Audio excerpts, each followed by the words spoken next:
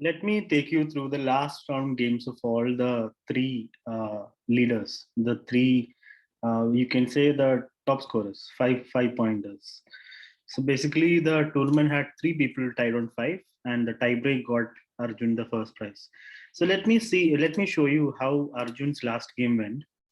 Nandita was leading up until the last round, and Arjun was facing Nandita. Nandita just needed a draw, probably, to clinch the championship. So here, Nandita was white, d4, d5, c4, the queen's gambit. She played it successfully in the one of the previous rounds as well. Knight out, the opening I'll just breeze through. Tanks, b5, bishop back, bishop d6, e4.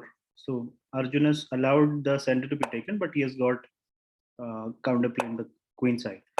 Castles, bishop g5, bishop b7, takes, bishop c2, and queen d3. So we reach this position. This is where the critical mistake happens. Nandita has to resolve the, okay, not right here. Rook d1 is fine. Knight f8, yeah, here. So here you have to sense the danger of being in the middle, the queen being in the eye of the rook. So Nandita should have probably moved the queen out of the way, or just take, and then move the queen. That would have been a way to play. Queen e2 or queen e3. But I guess she was a little. She has had a few good rounds, and here she did not sense the danger. Sometimes when you win a lot of games, then the sense of danger just goes. You feel overconfident, and that's what happened. Bishop d3 is a mistake because after takes, now bishop d4 and the knight is gone. It's attacked three times. That's what she probably missed. Three attackers and only two defenders. And when you add a third defender, then comes c5. And from there, Arjun just, okay, f4 is still there. I didn't see that. But even then, it's a free piece. Bishop takes, knight takes, queen takes, everything got exchanged. At the end, Arjun is up by a knight. From here, he did not find it any difficulty in converting this. He should have probably played d2 here. But if he plays d2, he was afraid of king f3 e2. So yeah, it's all good. So let me show you how it ended. He got that pawn stabilizer and then knight e4, and he got the rook. He found this conversion and just converted to a queen and won the game.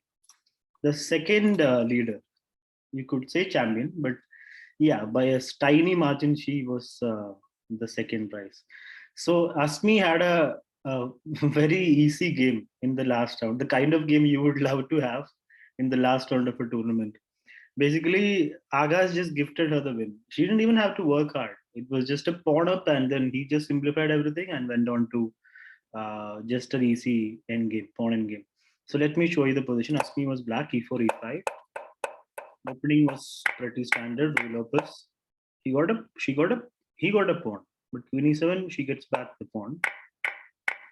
Get this position. So an end game. All good. d4, he could have thrown in rook here, but okay. Bishop back, c3. Looks good for white actually, isn't it? Check, king d2, bishop b7, takes. This takes, I'm not sure. Maybe c5 was what she wanted. So takes, and rook g1. Okay. He wants to move the knight. Bishop a6, rook e1, f6, a4. a4 is good, but with the idea of b4. But now rook back to g1. So you can see he's playing. Both of them are playing fast. Rook g1, king f7. She should have taken this opportunity to exchange off, I guess. It looks like a good endgame. And then, or maybe just rook e4. Okay, king f7 makes sense. But yeah, this is where he gifted a pawn. He just gave up the a pawn. And here Asmi could have just exchanged everything. Takes, takes, and takes. And go to a rook endgame with a pawn up. And two double pawns as well. So she went for the direct pawn take. But after rook e3, she found rook e4. And now he could have tried rook d3 maybe. And he just exchanged. And at least here he should have tried anti-word. Keep at least one minor piece. If you go to a pawn and game with the pawn down, it's lost. He just went for this, and it was all too easy for us.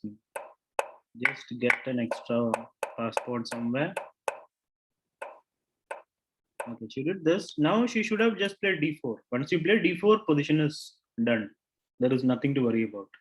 And she went for this. Okay, at least here d4. d4 is an easy one. But yeah, she went for this, which is also a win. And another thing Asmi should take is why rush? What is a rush? You can just play king moves, king moves, king moves. Sorry, king moves, and then move the king. You get a tempo extra. I mean, it wouldn't matter here, but that's a professional way to do it. You get an extra tempo to win. All right, she directly went after the pawn, which is more than sufficient. Yeah, here again, she should have just taken the opposition and come forward. Then it's an easier win. But anyway, she did that now, and that's it. Pawn push, push, push, and promote. So, third game I'm going to show you is our under 10 champion, who was also co-leader, Arush versus Yatin. This was an uncharacteristic blunder by Yatin. D4, D5, knight out, bishop out. So we have a slightly weird system here. Bishop E2 takes things, castles, knight out. White never plays knight C3 in queen's pawn opening. Takes things, E6. Everything is normal. Here, knight H5, I think it weakens a lot of squares, which is still okay. F4 and knight F5. And here E4. G4 is also tempting. Okay, takes things. Queen B6 was the big blunder. The reason why it's a blunder is the dark squares around the king. You can't leave the king like that. And because knight F6, knight D7 wins. So he should have played queen E7. Queen E7 was normal. And then rook D8, rook E8. Everything is equal. Even the knight is maybe better than white's knight. But he went for this. But that allowed Arush to pounce with knight F6. Wait, it's a blunder? How is knight F6 a blunder? Let's see what our engine thinks. G4. G4, knight check, and then knight F6. Oh, and then, yeah, and then knight F6. What's the difference? What's the difference here? You directly play knight F6. King G7, knight D7. It's still winning, isn't it? Queen B2. Okay, it just pushes a knight backward. There might be some reason. It just says 0.5. Seriously? Just 0.5 for an exchange? Okay, +1. With the other line, the G pawn would be hanging, right, after knight H6. What is the big deal? What is the difference here? Yeah, maybe because knight E3 could be a thing. Okay, let's go back. But it all doesn't matter because Yatin blundered a full queen here. In the last round of the tournament, Yatin playing very fast has just blundered a queen. In 11 seconds, he played the move, and that's a rook d8. No chance now. And Arish just got gifted a full queen. He allowed knight e3. That was unnecessary. Arish also playing fast, I guess. It doesn't matter because it's a queen up. Yeah, here he did a nice sacrifice. Rook takes to convert. Got the rook. And then another mistake by Yatin, and from here it was. So that is how the last round went for all three co-leaders. Nandita, who was leading up till then, lost to Arjun. Asmi won against Akash in an easy game. And Arush won against Yatin in a blunder.